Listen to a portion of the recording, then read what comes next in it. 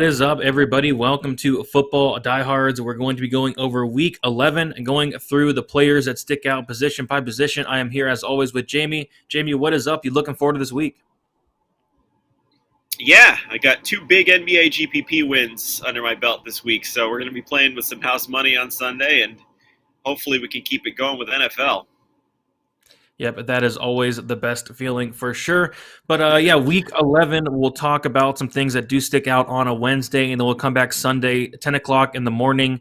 A lot changes throughout the week, injuries, all that. So we'll have to see what happens. We'll talk some ownership along the way tonight, and then talk more ownership on Sunday. I'm sure it's going to change as well. So, as always, we'll start with the quarterbacks, and up top, we have guys like Josh Allen, Lamar Jackson, I believe Murray's coming back. Mahomes, Prescott, Aaron Rodgers. So up in the 7K and up range, who you liking here? The ownership reflects Mahomes right now. I expect that will change based on a value that we'll get to, I'm sure. You got to like Mahomes after what he went out and did on Sunday night against the Raiders. I looked at their early over-unders this morning. I'm not sure if it's changed very much, but that Chiefs-Dallas game was hovering right around 55, 56 points. That was vintage like QB1 Mahomes we saw, and he's really being the Sunday night game. He's not priced that way. He's still priced below Josh Allen, Lamar Jackson, and Kyler Murray. So that's a really nice value. Dallas has given up the 12th most fantasy points per game to quarterbacks, but also the third most. Excuse me, train of thought. The third most passing plays of over 20 yards. So he's got upside through the roof in here, and the Chiefs total is huge. So he's definitely the high price guy I'd be looking at. What about you? Yeah, for me, it's going to be Mahomes as well. He's coming in at the highest projected owned quarterback right now, 16%, the next highest being 12%. And yeah, you mentioned all the great points here. He's going against Dallas. Dallas's defense isn't as bad as I thought they would be this year, but they're not fantastic. And we saw that Mahomes and the Chiefs finally got together. I was getting a little bit worried about Mahomes and the Chiefs. Prior to that, he looked terrible, but was able to bounce back. Hopefully, he keeps the momentum rolling, and I think it's a great game here against Dallas. And Mahomes is just underpriced. 7,600, just way too cheap for him. Another guy that I don't mind is on the other side is Dak Prescott. He's 7,200. The Chiefs' defense is very, very bad. Dak Prescott, in terms of like how much he throws the ball, it's gotten better. There was that one point in the year, earlier in the year, where he was like barely throwing the ball. But now in week 10, he had 31 passing attempts. Week 9, 39. Week 6, he had 51. So I don't think I have to worry about that too much. So 7,200, Dak Prescott and Mahomes are kind of the two guys I'm looking at. You can be playing any Dak at all, and then also anybody else you like in the top range? Yeah, I agree with you there. This whole game is going to have stack appeal, with both quarterbacks and whoever you want to package with them. I do like Lamar Jackson too in this one. That rushing effect that he has is kind of unparalleled. That he leads the NFL in quarterback carries and in rushing yards by a good amount. Now that Jalen Hurts has dialed back the run, it's kind of not close anymore. And Chicago has not faced a quarterback like him yet this year. So I think that he's going to come. I'm looking at the ownerships right now. He is coming in under those two guys we talked about, and Josh Allen. So I imagine it'll stay that way. So I kind of like Lamar as a GPP pivot off of them. Yeah, for sure. Lamar is always in play, no matter who he's playing. I think Lamar Jackson's coming in about 7% ownership, Dak Prescott 9%, Mahomes 16%, and then Josh Allen. So Josh Allen's very interesting. I ended up, stacking him last week with Diggs, and it worked out very, very well. It was nice to see Diggs finally get that one big game that I was waiting for all year. So that was great. I think Josh Allen's definitely in play against the Colts here. The problem is for me, I'd probably save and get Mahomes. I'd probably save and get Prescott, but I think Josh Allen's definitely in play. If you had to pick between the three, Josh Allen's, Mahomes, Prescott, for me it's Mahomes. I'm assuming it's Mahomes for you as well. It is, yeah, for sure. All the points that we've given here, I like as GPP pivots off Mahomes for sure, especially if they're going to come in with less ownership. Yep, for sure. So yeah, I think that's where like the most of my lineups are going to be this week is up in that top range. I like Josh Allen. I like Lamar Jackson, Mahomes, Prescott. But going down into this mid range, to be honest, like nothing really sticks out a ton. Nothing I'm too excited about. Russell Wilson, 6,500, kind of makes some sense there. Is there anybody in this like mid range that's sticking out to you? That's an interesting price tag for him, honestly. I mean, I guess you have to give Joe Burrow some attention here at 6,600.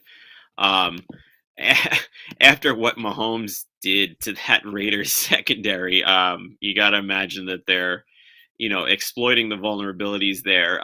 They don't have the best offensive line here, and if the Raiders can generate some pass rush, this game has like track meet written all over it as well too. So I definitely will be stacking Burrow in GPPs with Chase and Higgins. And I think, I mean, as far as cash goes, it's early in the week, but as far as cash goes here, I think it's going to be up or down and not in that mid range. But I do like Burrow in this range here. Yeah, I like that call. Burrow is coming in at the 10th highest projected quarterback right now. Jalen Hurts, I think he's always in play. I think he's always a solid cash play. But for me, 6,800, I'd rather cough up an extra 400 or an extra 600 or 800 and get Patrick Mahomes. How about you? Anything for Hurts this week? Yeah, I agree with you. Up or down from Hurts, and I think Burrow has more upside in that range too. But you're right. I mean, you can't ever discount him just based on what he brings to the table. He's the poor man's Lamar Jackson, so he has that upside to be in his range always. So, and New Orleans is vulnerable against rushing quarterbacks as well, so I don't mind that. Yeah, for sure. I think he's safe as well. So I think for cash, he's somebody that I would consider, but I do like the other guys a little bit more. So yeah, we talked about the mid range a little bit. Going down into this punt range, if you will, at quarterback. There's one guy that does stick out to me. I'm wondering if it's the same guy for you. What are you liking down the sheep range? It's got to be Cam Newton, right? Um, Yeah. 5,100. This is, I mean, we haven't heard that he's taking over yet, so this is all pending that happening. But he didn't start last game, but he had the impact anyway. He had a passing touchdown and a rushing touchdown. I mean, we saw him vulture the goal line even off the bench. So, so as a starter, I mean, at 5,100, he's got big time upside against this Washington defense that um, lost Chase Young now, which was going to diminish their sack rate, which is the only thing they had going for them. Have given up the third most fantasy points per game to quarterbacks, and the where did I lost my notes here. Where are you? And the second most fantasy points per game to receivers. So yeah, Cam. If Cam is named the starter, just given all the big skill positions that you can get around him, I think that's going to be the first way I lean. I expect his ownership will shoot up once that actually happens, if it does happen. Yeah, for sure. Once we do get that news, I do expect it to shoot up for sure. Right now, he is coming in at the ninth highest owned quarterback. But yeah, Cam Newton, 5,100. He's very, very cheap. He's going to run the ball, and there's a good chance that he probably steals another CMC touchdown. So yeah, 5,100, I don't hate that. And I could potentially see myself punting down at quarterback and grabbing Cam Newton here and paying up at other positions. Yeah, and I always like when that opportunity presents itself at quarterback because DraftKings is, it's not going to happen on FanDuel where the pricing is so much looser, but on such a dynamic pricing site as DraftKings, when you can get savings at quarterback with the same upside as those higher priced guys, that's an exciting move sometimes. Yep, for sure. Was there any other quarterback that stuck out to you? I think that was about it for me. Yeah, I think that's about it for me as well. I guess I don't hate Tua at 5,500 in GPPs, but against the Jets, I'll look at that a little more as the week goes on. I mean, their defense is so bad. I mean, right now, I don't know why I would do that if I can just save 400 and get Cam, who I'm confident would outscore Tua. So nothing really in that range. Anything for you?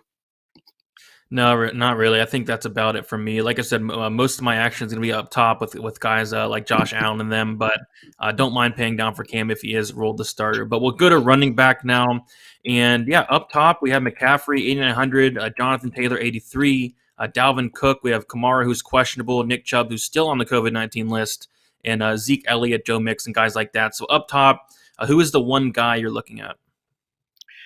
Well, I'm playing McCaffrey in cash, whether I play Cam Newton or not.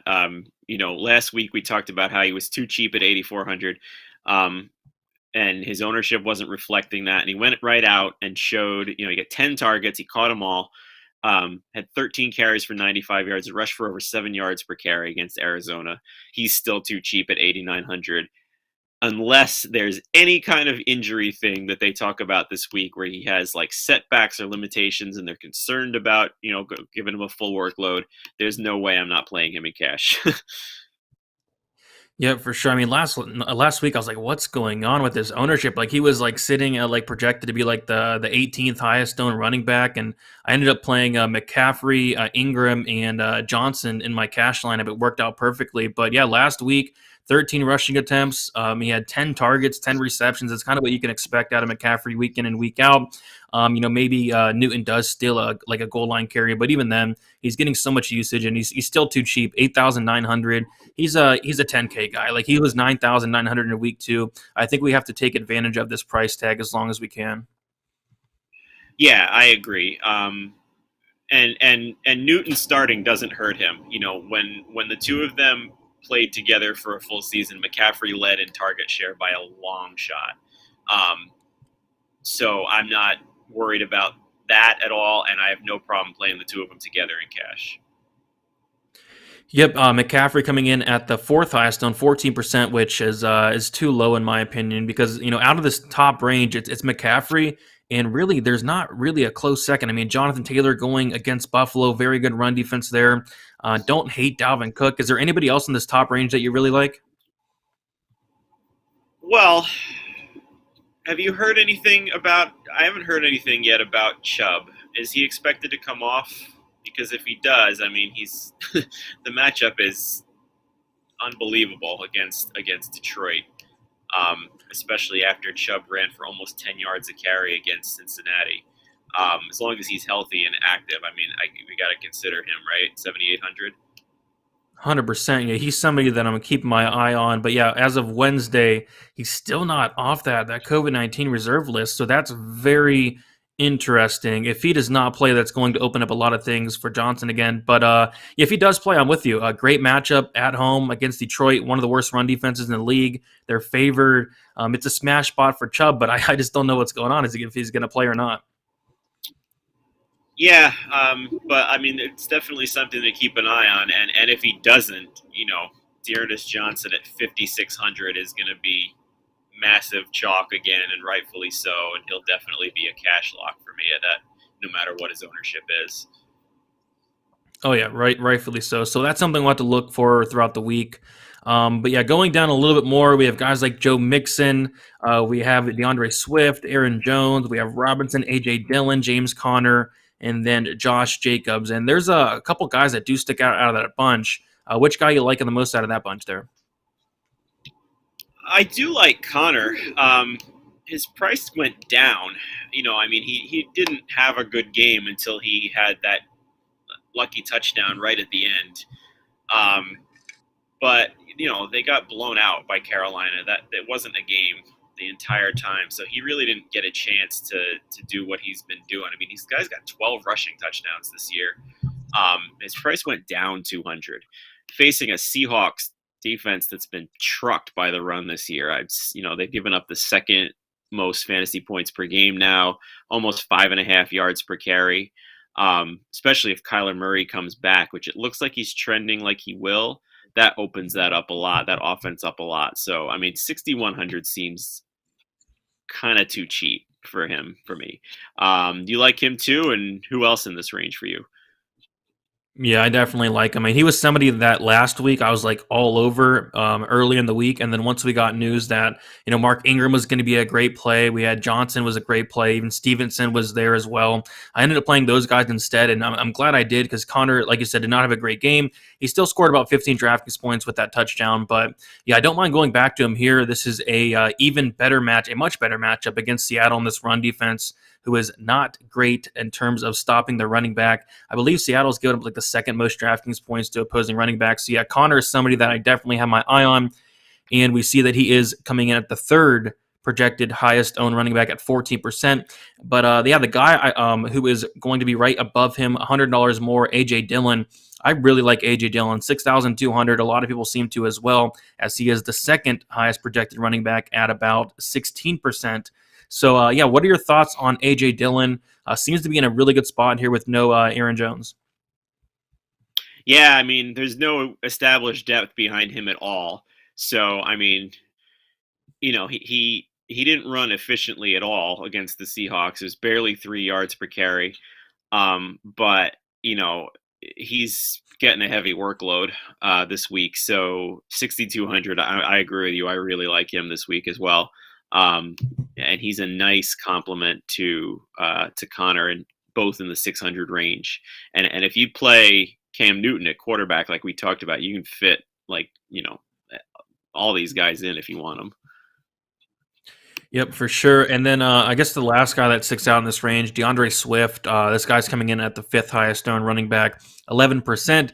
And yeah, we'll have to see if Williams is going to play or not. If Williams does not play, I really, really like Swift. If Williams does play, I still like Swift, but just not as much. I mean, we saw last week the usage he got was just unheard of.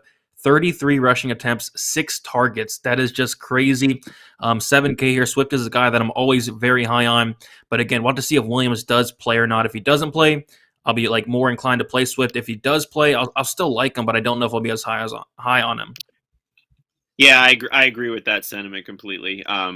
He was running over a 70% snap share anyway when Williams was playing, so his floor is there.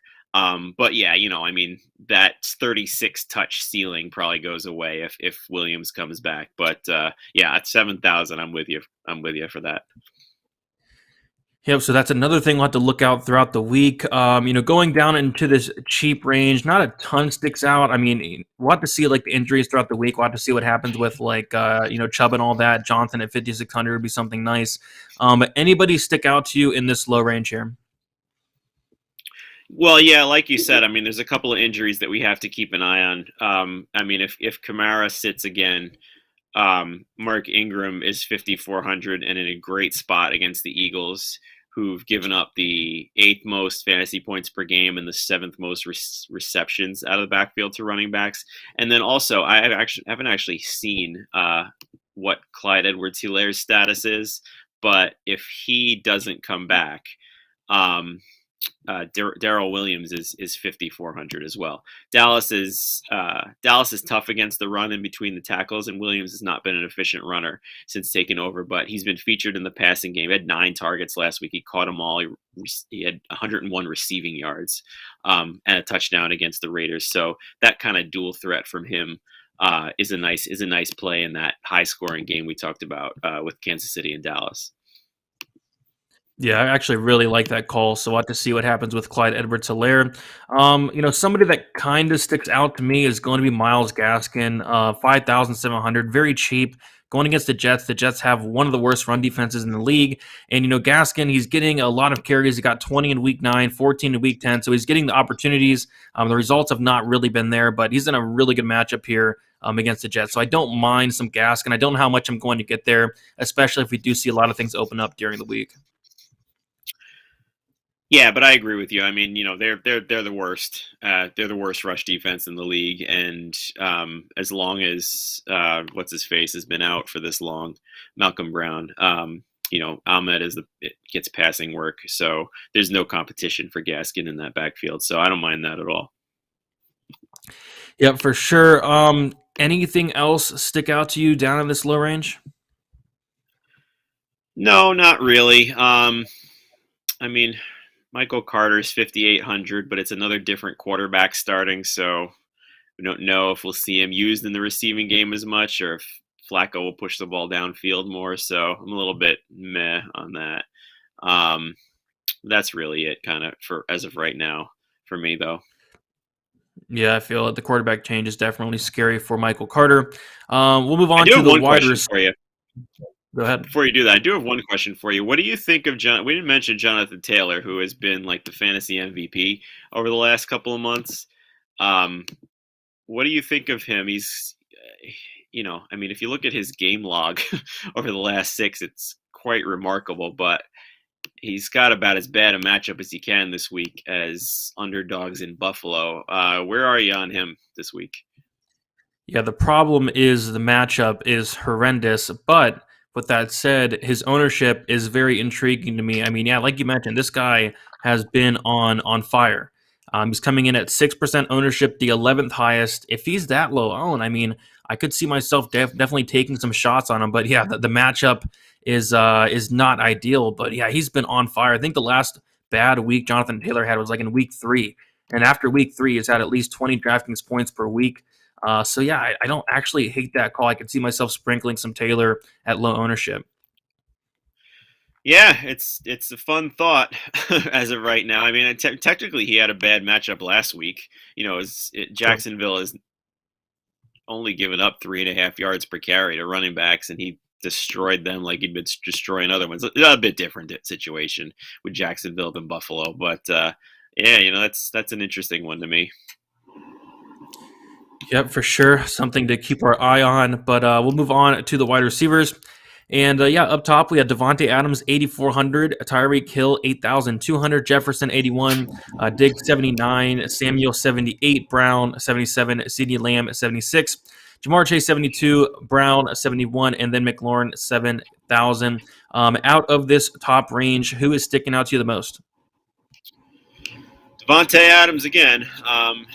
And technically for him last week he had a bad game.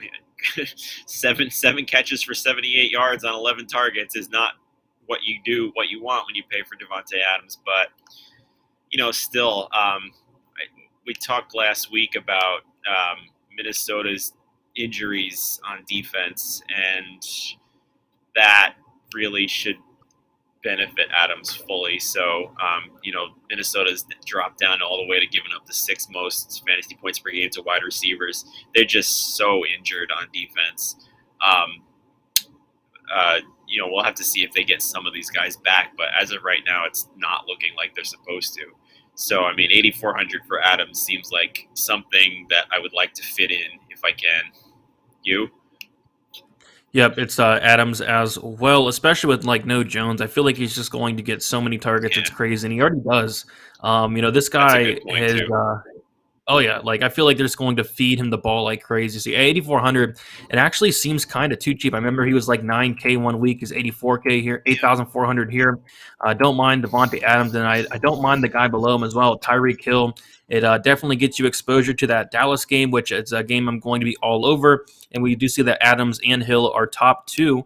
Adams being 20.84 projected, Tyreek Hill 20.81 projected. So it's very, very close here. Those are 2 guys that I'm going to really put an emphasis on trying to get into my lineups. I like them both a lot. You like Tyreek Hill as well, or are you going elsewhere? No, definitely like Tyreek Hill. I mean, and any piece of this game, especially against Dallas, is a great way to get exposure to upside in your lineups. So, I mean, he's pretty much a lock for double-digit targets, and whether it's short field, the long field, he does everything with that ball. So, yeah, I mean, I definitely like him, and it's also if you're in a position where you only have 8,200 and you really want Devontae Adams, I don't think it's worth blowing up your team to try and fit him in. Like, just play Tyreek Hill because they're kind of on par with each other. Yep, I agree with that. Another guy that I do like is going to be Stefan Diggs. He finally got it done last week. I mean, he's been consistent throughout the year for the most part. He had not had that blow up game yet, but he had 33.2 DraftKings points last week. I don't mind going back to him here against the Colts. He's coming in at the third highest. And I don't mind going back to A.J. Brown. I had some A.J. Brown last week. It didn't work out. 4 targets, 1 reception, 3.3 DraftKings points. I kind of feel like he's going to come in at somewhat low ownership. I'm looking at the projected ownership, which kind of surprises me. A.J. Brown's the 5th highest projected own at 13%. I thought people might be off on him a little bit more, so we'll see where that goes throughout the week. But yeah, A.J. Brown, Stefan Diggs. Anybody else up in this range you like? Not quite as high priced as those guys, who I agree with both of you on. And just another point on Diggs. It's starting to look like Emmanuel Sanders is, that was a fun beginning, but it's starting to look like he's too old. And he's losing snaps to Gabriel Davis now, which is a benefit to Diggs. So I like that call too. But I like Jamar Chase a lot in this one. The Bengals are actually leading the NFL in yards per pass attempt right now. And Chase has averaged 10 targets over his last 6 games, 10 targets per game. So, against this Raiders team who it looks like it's really fun to attack. I like Chase at a discount to those guys a lot. The only problem with that is there's no way I'm not playing T. Higgins again in cash. We'll talk about in a bit, I guess. So it'll be playing 2 Bengals receivers in one lineup is tough if you're not stacking. But I like Chase a lot. Yep, I do agree with that. I do like Chase. Going down into this mid-range, we have guys like DK Metcalf, Dillon, Hopkins is questionable, Smith, Cooper, Pittman, Brandon Cooks, Lockett, Moore, Renfro, Kirk, Waddle, and Higgins. We'll throw the last one in. So in that range, what are some guys that do stick out to you in the mid-range? So I'll mention Higgins first. I like a lot of those guys you mentioned, but just the thing I say every week on Higgins, everything I said about Chase and well deserved. Higgins is still out targeting him. He still has a higher target share in this offense. He just doesn't have the flash because his average depth of target is it's over 4 yards lower. So he's not the exciting play, but his price never moves. 5,400 is an easy call for me in cash, and he'll be one of those kind of I set and forget unless any kind of injury thing hits this week. Yep, already made the call earlier in the week that I'm going to lock in T. Higgins and cash. It just makes no sense to me. 5,400 for a guy that's going to get 7, 8, 9 targets. He had 15 in week 7. The volume is definitely there. So yeah, T. Higgins, pretty easy call for me. He's coming in at the 6th highest owned wide receiver. I don't mind some Amari Cooper, 6,200. He's had a couple bad weeks in a row, 9.1 against Atlanta, 5.7 against Denver. Could be a decent time to go back to him. 6,200 here gets you exposure to that Chiefs game, which I'm going to be very high on. Don't mind me some Cooper. We see that Lamb's coming in at 10%. Trying to find the ownership on Cooper, 19th highest owned wide receiver at 6%. So yeah, I do like that a lot. And then I guess the other guy that did stick out to me was going to be Brandon Cooks, 6,000. Don't mind him. He's kind of the only guy I'd like on Houston. 6K is decent, getting a ton of targets. So Brandon Cooks was another guy that I was looking at as well. He's coming in at the 18th highest owned wide receiver. Any thoughts on those guys and any other guy you like in this mid-range? Oh, I love Cooks. Tyrod Taylor's back. This is when Cooks was shining. He had a 31% target share on him. He's, dominates that offense. And I don't worry about the Texans. The Texans always come in with a, team total well under 20. It's 17 this week. But Tennessee's given up the most fantasy points to wide receivers. Cooks had 14 targets last week. I love that play, honestly. That's going to be one of my favorite mid-tier options this week. And I guess, we'll throw some credit at Hunter Renfro. I've been waiting for the bottom to fall out on him a little bit, but it doesn't. He's had 9 targets now in back-to-back weeks, and now they're targeting him in the red zone as well. So that's just adding to him. I was kind of always sour on him in those tournaments because he didn't have the touchdown upside, but now apparently he's getting those red zone targets along with that volume. 5,800. His price is rising. Definitely wouldn't play him over T. Higgins if given the choice, but he's an interesting one to me too in Bengals Raiders game that really should score high. Yep, for sure. And yeah, like you said, T Higgins is way too cheap. He's kind of the cheap guy I'm looking at. But in terms of like the other cheap guys below that range, there's not a ton sticking out for me. Is there any guy that's sticking out to you in this punt range for a wide receiver at the moment? No, not really. I played Cole Beasley last week and almost lost because of it. But he's down to 4,800. I mean,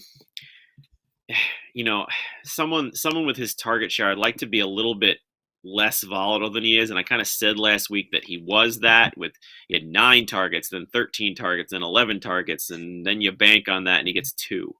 So I mean, it was the Stefan Diggs show, but you figure when they're putting up 45 points against a team that Beasley should have a little bit bigger part in that. So I don't hate him, especially with Indianapolis's zone defense promotes a lot of those underthrows. He should be good there, But again, I mean, I don't like the volatility on him.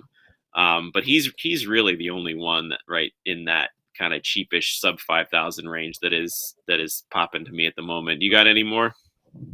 Yeah, I have like one or two. Michael Gallup sticks out 4,200. I did play him last week, and he didn't like do a ton, but it did open up a lot of things in my lineup. But he did score 7.2 DraftKings points. He had 5 targets, 3 receptions, and again, it's exposure to this Dallas Kansas City game. So Michael Gallup 4,200. I actually like that quite a bit. And then also, I don't mind Hardman. I don't mind Pringle. Again, get you exposure to those Chiefs. So those are kind of the cheap guys I was looking at. But outside of that, there's just not anything that really sticks out. And we see that Gallup's actually coming in at the 4th highest projected wide receiver, which is interesting, 17%. Interesting. Yeah, it's interesting to me. I guess they're kind of, that's kind of on the same wavelength as us. That's just cheap exposure to what looks like it's by far the best game. I don't mind Rondale Moore. Well, him either, but I don't mind Rashad Bateman at 4,500 either. Not the best game environment with the Ravens and the Bears, but that's 8 targets now in back-to-back weeks. And the real telling thing for him was, like we said on Sunday, was that Sammy Watkins was back and he was still the wide receiver too. So I don't mind him as a cheap option either. Yeah, I don't mind that at all as well. So we'll move on to the tight ends here, and we see up top we have Travis Kelce, we have Darren Waller, 61, and then Kittle, 63, Mark Andrews, 6,000, Hawkinson, 57, Gesicki, 52. So out of this bunch up top, who are you looking at? Tight end's weird this week, but I mean Waller. Waller at 6,100 seems like a nice little bargain there for someone of his volume. He's below Kittle now. He had a dud against Kansas City, which is concerning because that was a really good matchup for him. But I really like this game. We talk about the Chiefs. Dallas is going to be the one that, rightfully so, everyone's on. But I really like this Raiders Bengals game as well. The stack. Only problem is the Bengals have actually been quite good against tight ends this week. This year, so I don't really think I'm going to get up to Waller and Cash, but I mean, 6,100 is a really nice price tag. You like that, or would you pay the 1,000 for Kelce? I'd probably pay the 1,000 for Kelce, but yeah, I like Kelce. I like Kittle, and I like Waller. I like all three of these guys. If I have the salary, I'll probably mix and match them. Kelce against Dallas, I love that. Kittle's somebody that's been looking phenomenal since coming back. So yeah, all three of these guys kind of draw my interest, and we see that they're the 3 highest owned, and rightfully so. Travis Kelce 14%, the 1st highest owned. Waller 10%, Kittle 8%. But I do see myself paying down more at tight end.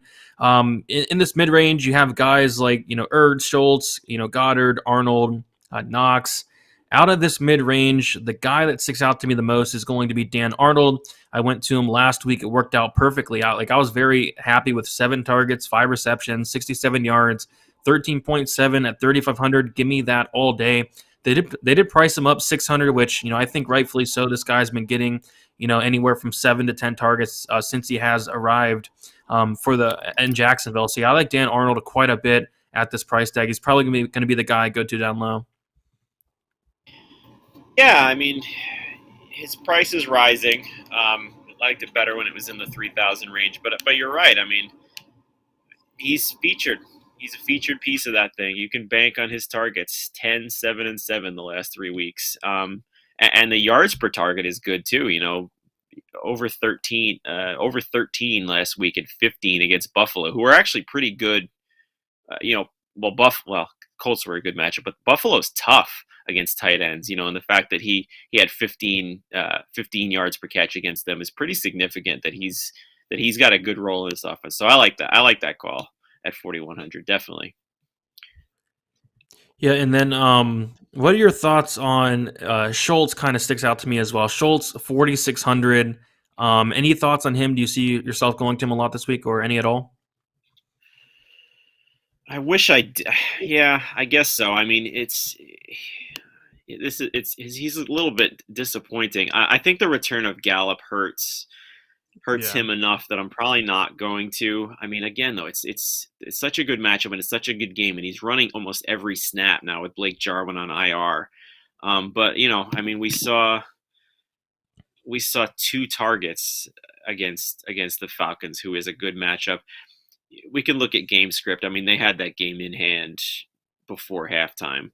So, and he just, I guess, didn't get his cut. So, I mean, he's okay. I personally would rather go down to Arnold, who you mentioned, got her at 200 less than him.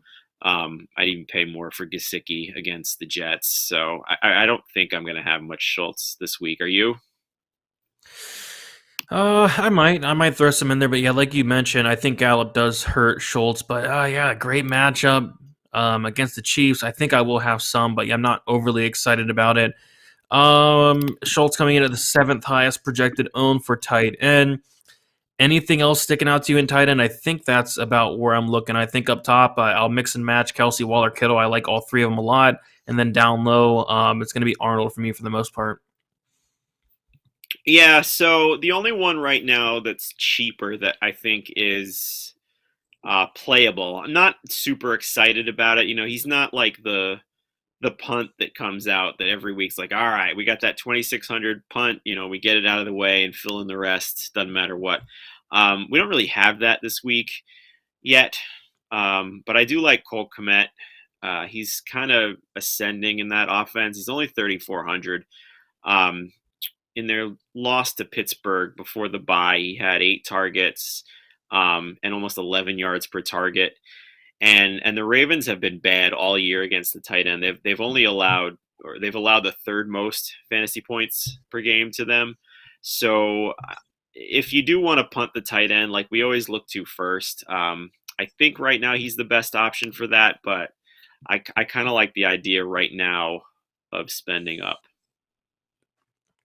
Yep, I'm with you there. Komet's not a terrible look for sure, especially at the price tag. But we'll quickly talk about defenses. Last week, my defense hurt me bad. I did everything perfect in my lineup and was on the way to making a ton of money, but I had 200 extra salary. I went up and got the Browns defense for some reason. I don't know what I was thinking, but the Browns ended up getting -2. If I would have went with any other defense, it would have been a monster day. So, it seems like every time I pay up a defense, it like never works out no matter who I play. So I think this week I might just, punt down. I think even like the Texans, 2K, like I can see myself if I need to going down and getting the Texans and being completely okay with it. I think even like, Washington against Carolina, 2,400. So those are kind of the defenses I'm looking at. I'm thinking about paying down this week. Yeah, no, I'm with you for sure. The Jets, 2,300 against Miami. I'm fine doing that. Miami's offense doesn't excite anybody. Tua's turnover prone. Their offensive line's bad. I don't mind that. And you mentioned it, Texans at 2K, that's fine. Detroit at 2,100 against Cleveland, I have no problem with that. Especially if Case Keenum is the quarterback and not Baker Mayfield, and if Chubb is out again, there's a lot to like about that. Probably the highest I think I'd go is Carolina. They're a nice matchup home against Washington. 2,700 is not going to break the bank, so I'm fine doing that if the ownership flocks that way. But I'm with you. There's a lot to just flat out punt with defense this week, and I think that's the way to go. Yeah, it's weird. I mean, there's a ton of punt defenses that stick out. Like, I think too many of them stick out. But yeah, if I was to pay up, I think the Browns defense against Detroit's a really good spot, 3,100. Yeah. And then you mentioned the Panthers, 2,700 was the other team I was looking at. So, taking a look at the ownership for defense thus far, Browns projected highest ownership, about 9%. Panthers second with 8%. Detroit was 7%. Washington 7%. And then Ravens rounds out the top five at 6% there. Yep. So it looks like people are kind of with us there. But yeah, I mean, you don't even need to set ownership. Just save as much money on that defense as you can, and fill it in with like the skill players there. I think that's the way to go. 100%. I think the most success I've had this year is just punting down a defense. Give me my 6 points, my 5 points, and let me do whatever else I want at other positions there. So, yeah, guys, that is about it. Jamie, was there anything else you wanted to bring up? Any final thoughts for the show? No, I think we got a nice little basis for it, and I'm sure on Sunday there'll be a lot more to talk about. Definitely pay attention to these injury news and any kind of the COVID stuff, especially with Chubb, because that will really tell a lot. Yeah, for sure. As always, take a look at the news throughout the week. We'll be back on Sunday, 10 o'clock in the morning. We'll talk by game, condense it up a little bit, talk some final ownership and all that great stuff. Always a good thing to do on a Sunday. And yeah, we'll see you this week.